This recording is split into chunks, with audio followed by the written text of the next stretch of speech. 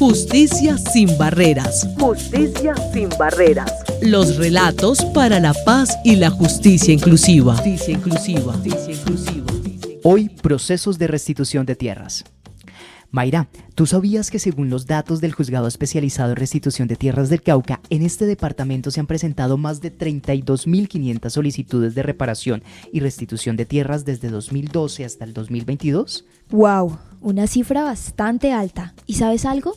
Puede estar indicando dos cosas. Por un lado, revela la magnitud del fenómeno de desplazamiento forzado y despojo de tierras, pero por otro, indica que las víctimas confían en las instituciones y se han acercado a ellas para buscar su acompañamiento de asesoría para lograr así la anhelada reparación integral. Así es, también en el Valle del Cauca, por ejemplo, se han presentado 37.249 solicitudes de restitución, encontrando en la Unidad de Restitución de Tierras un aliado para el acceso a la justicia y la reparación.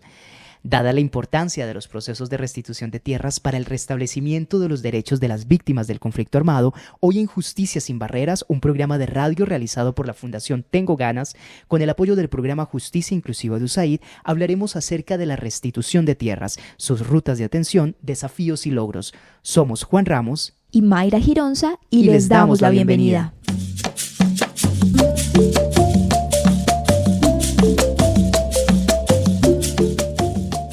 El proceso de restitución de tierras en Colombia surge a partir de la expedición de la Ley 1448 de 2011, la cual busca, entre otras cosas, devolver a las víctimas de desplazamiento forzado las tierras que les fueron arrebatadas en el marco del conflicto armado.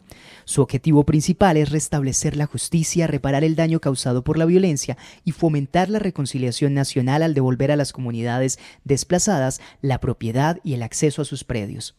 Para lograr dicho objetivo, el Estado ha dispuesto de un andamiaje administrativo que involucra a varias instituciones, entre ellas la Unidad de Restitución de Tierras, o URT, los juzgados especializados en restitución presentes en algunos departamentos y ciudades principales, la Agencia Nacional de Tierras, la Unidad para las Víctimas, la Agencia de Desarrollo Rural, entre otras entidades. Para conocer acerca de la misión de la Unidad de Restitución, entidad encargada de activar la ruta de reparación a las víctimas de despojo, tenemos como invitado al señor Juan Bautista Jaramillo, asesor de la Dirección General de la URT y encargado de asuntos estratégicos para el suroccidente colombiano. Asesor Jaramillo, bienvenido y gracias por acompañarnos en Justicia sin Barreras. ¿Podría usted contarle a nuestros oyentes cuál es la misión de la Unidad de Restitución de Tierras y de qué manera acompaña las solicitudes de los reclamantes? ¿Cuál es la tarea central de la unidad de restitución? Hacer el ejercicio de restitución de las víctimas que, a partir de entrada en vigencia del decreto 1448, hayan sido de ahí en adelante reconocidas, se reconozcan como víctimas, uno, que hayan salido de sus territorios propios en posesión o habitados, tomados, ubicados allí por culpa del conflicto y que les haya tocado que desplazarse. Segunda categoría. Y tercero, que los hechos que han vivido como víctimas se vean directamente relacionados con esa situación del despojo, que les haya tocado que irse y dejar sus cosas, la producción que tenían allí, la tierra, las relaciones sociales, culturales, etcétera, etcétera. Escuchábamos a Juan Bautista Jaramillo, asesor de la Dirección General de la URT, quien nos contaba sobre el objetivo misional de la Unidad de Restitución y algunos requisitos para acceder al proceso de restitución. Ahora bien, existen dos rutas de atención para los reclamantes, la ruta individual o campesina y la ruta colectiva o de comunidades étnicas. Pero dejemos que sea el mismo funcionario, Juan Bautista Jaramillo, quien nos cuente en qué consiste cada ruta y a qué tipo de víctimas atiende. La unidad de restitución entonces atiende a dos tipos de víctimas. Unas víctimas que se llaman víctimas colectivas, que son un tipo de víctimas que están en el conflicto y pertenecen a colectividades étnicas, indígenas y comunidades negras esencialmente. Este grupo de comunidades étnicas pues ha venido desarrollando sus procesos de manera colectiva, se llama ruta colectiva. La otra ruta, la ruta individual, está centrada fundamentalmente en las solicitudes de restitución de grupos campesinos que hacen a nombre de una persona o de hombre o mujer. El desarrollo del proceso de restitución está marcado por tres fases. la etapa administrativa, la etapa judicial y la etapa del post-fallo o cumplimiento de la sentencia. En la primera etapa, la URT se encarga de identificar y microfocalizar ciertos municipios o territorios donde se han producido desplazamientos o afectaciones a causa del conflicto armado, con el fin de incluirlos en el registro de tierras despojadas y abandonadas. Durante esta fase del proceso, la URT recepciona las solicitudes de los reclamantes, recolecta las declaraciones de las víctimas, declara la condición de víctima del reclamante y deriva los casos para los juzgados especializados en restitución de tierras. Para conocer más detalles sobre esta etapa, continuemos escuchando a Juan Bautista Jaramillo, asesor de la Dirección General de la URT. Adelante. Tanto la ruta individual como la ruta colectiva se desarrollan a partir de 3 etapas. Un primer momento en el que se trabaja la etapa administrativa. Cada persona que haga una solicitud lleva el acompañamiento en todo el proceso de 3 profesionales de estos 3 campos.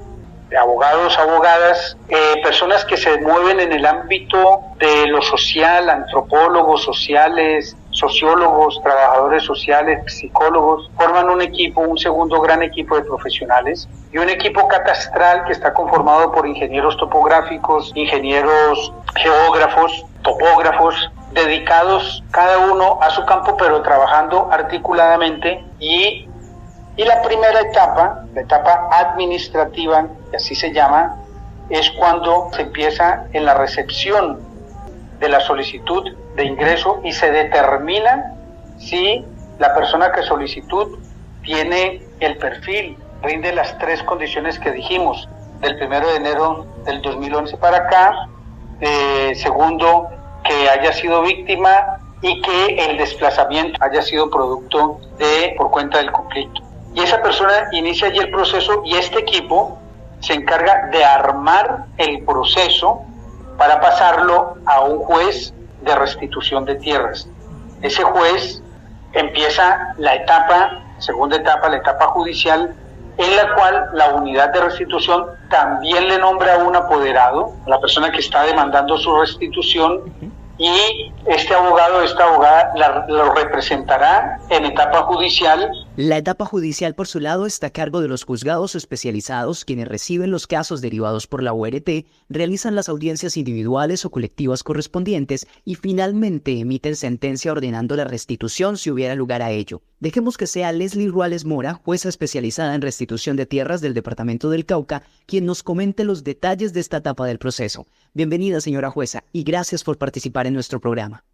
La etapa judicial empieza cuando se radica la solicitud de restitución de tierras en el juzgado y es a partir de allí que el juzgado interviene para que la tramitación del proceso sea oficiosa y célere. El trámite judicial es especial y por ello cuenta con cierto grado de flexibilidad probatoria en favor de las víctimas, es decir, a la víctima en principio se le cree. No obstante, en el desarrollo de este proceso deben surtirse algunas etapas como son la admisión, la notificación y publicaciones de ley, la etapa de pruebas, los alegatos y finalmente le corresponde al juez emitir la sentencia. Es importante aclarar que en aquellos procesos que se presenta una oposición, es decir, que comparece un tercero que se cree afectado con el proceso de restitución de tierras, el juzgado únicamente adelanta el expediente hasta la etapa de pruebas y alegaciones y para la decisión de fondo debe remitir el expediente al tribunal, sala civil especializada en tierras para que sea esta la que emita la sentencia respectiva.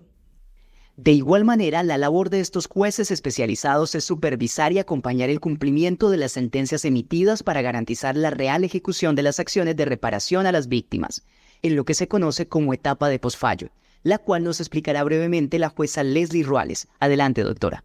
Por su parte, la etapa de posfallo del proceso de restitución de tierras tiene como fin hacer efectivas las órdenes contenidas en las sentencias de restitución. Recordemos que la ley prevé para las víctimas una reparación integral y reparadora y para ello no solo basta con la formalización de la propiedad, es decir, con garantizar que la titulación del predio quede en cabeza de la víctima, sino también en aquellos casos que no es posible la restitución porque el predio está ubicado en una zona de alto riesgo o fue entregado a otra víctima porque se han presentado despojos sucesivos o si el retorno al predio representa un riesgo, puede accederse a medidas de compensación. Lo importante es que todas estas medidas se complementen para garantizar un retorno en condiciones dignas a las víctimas y puedan restablecer sus proyectos de vida. Para ello, el juez de restitución de tierras, una vez emita la sentencia, no se desprende de las facultades que tiene de conformidad con la ley, sino hasta que todos estos derechos de las víctimas se hagan realmente efectivos y se cumpla con la totalidad de las órdenes emitidas en sentencia.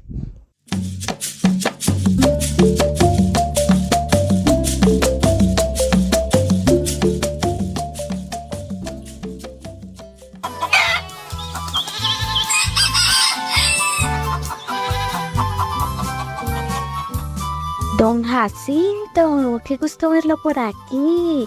Años que no lo veo. ¿Fue que regresó a la vereda? Claro, doña Olga. Imagínese que después de que nos sacaran los violentos y de tantos pleitos con la finquita, la unidad de restitución de tierras nos ayudó a volver. Maravilloso, don Jacinto. Pero venga. Cuénteme cómo fue todo, cómo fue eso para que usted pudiera volver acá. Ay, señora Olga, le contaré que sí. Fue un camino largo, lleno de obstáculos, pero a través de la unidad de restitución de tierras y de los juzgados especializados en restitución, finalmente pude volver a las tierras que pertenecieron a mi familia por generaciones. ¿Cómo fue ese proceso? Fue muy largo. Cuénteme un poquito, don Jacinto. Bueno, pues empezó con la presentación de todas las pruebas y documentos que demostraban nuestra conexión histórica con las tierras.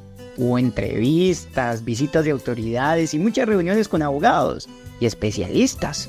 La unidad de restitución de tierras estuvo en todo el momento, en cada uno de los pasos.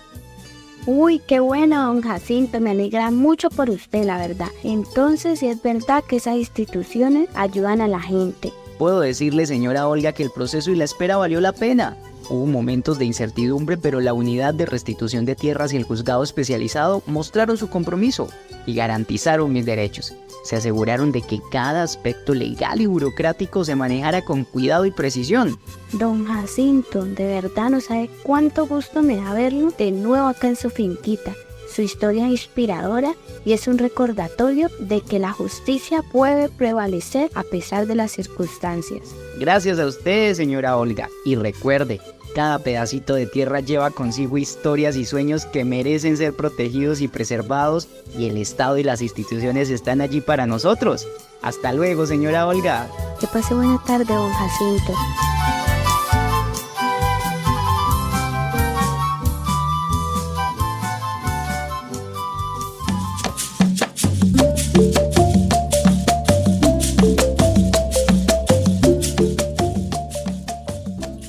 Ahora bien, en el escenario de restitución de tierras en el departamento del Cauca se revelan desafíos significativos y realidades palpables de las cuales nos hablará Leslie Ruales, jueza especializada en restitución del departamento. En cuanto al panorama de la restitución de tierras en el Cauca, debemos manifestar que en el departamento faltan muchas zonas por focalizar. Es decir, se encuentra pendiente que la unidad de restitución de tierras intervenga estas zonas y recolecte la totalidad de solicitudes de las víctimas de desplazamiento o despojo de tierras, y después de ello tramite el correspondiente proceso judicial. Sin embargo, también debemos reconocer que el conflicto armado se ha agudizado mucho en el departamento y ello ha influido en el trámite de las solicitudes de tierras, ya que la violencia generalizada ha impedido el acceso de la institucionalidad hacia las comunidades afectadas por el conflicto. Por ello, necesitamos que desde el gobierno central se intervenga y se propongan o adopten medidas para la pacificación del territorio, se traiga proyectos de sustitución de cultivos y alternativas a la minería ilegal, que son algunas de las causas que ocasiona la agudización del conflicto. Por otro lado, desde el juzgado se ha promovido la creación de otro juzgado de tierras para el Cauca, ya que el territorio es bastante amplio y los recursos del único juzgado son insuficientes para asumir toda la carga de un departamento como este. Por otro lado, hay que señalar que desde el año 2011 hasta la actualidad se han presentado 649 demandas, con la aclaración que una demanda puede incluir varias solicitudes de tierras que se encuentran acumuladas en un solo proceso. Por parte del juzgado se han evacuado aproximadamente 509 expedientes, 403 con la emisión de sentencias de restitución de tierras y el resto a través de la práctica de las pruebas y su posterior remisión al Tribunal Sala Civil Especializada en Tierras, que es la competente para emitir decisión de fondo en los asuntos que presenten oposición. Es decir, en el departamento del Cauca, en el Juzgado Primero Civil de Restitución de Tierras se encuentran actualmente pendientes por decisión únicamente 131 demandas. Por su parte, en el Valle del Cauca, según explica Juan Bautista Jaramillo, encargado de los asuntos estratégicos para el suroccidente colombiano, se ha evidenciado un cambio significativo en los índices de aceptación de las solicitudes presentes ante la Unidad de Restitución de Tierras. ¿De qué se trata, doctor Jaramillo? Adelante. La Unidad de Restitución venía haciendo un ejercicio. Llegaba don Jacinto y se inscribía y presentaba la solicitud, y aquí había una lógica, hay que decirlo desafortunadamente, perversa con las víctimas, y era que se le recibía la solicitud y la Unidad de Restitución cumplía meta negando. Es decir, en la etapa administrativa hay un momento en el que se toma una decisión que llama decisión de fondo y se negaba. Y esa negación entraba a cumplimiento de meta de todas formas de la Unidad de Restitución. El 65% a nivel nacional tenían esa característica, y en el Valle del Cauca llegamos a tener entre el 65, 66 y un poquitico más por ciento de negaciones. Hoy, a corte del 31 de agosto, el 77% de las decisiones de fondo que ha tomado la Unidad de Restitución son de inscripción, y esto significa que este grueso de personas víctimas han empezado su proceso de restitución. No se les ha negado por vía administrativa, con una decisión. Y es que para que se tome una decisión de fondo negativa, tiene que ir muchísimo mejor sustentada que la posibilidad de inscripción. Esto es un aspecto importante. Y en el caso, por ejemplo, de la Dirección Territorial Valle del Cauca, solo el 30 y pico por ciento empezaba el ejercicio de restitución. Hoy ese 35% ha subido al 91%. A nivel nacional ese 35% pasó al 77%. Esto es muy importante porque se está garantizando el cumplimiento de la misionalidad de la Unidad de Restitución.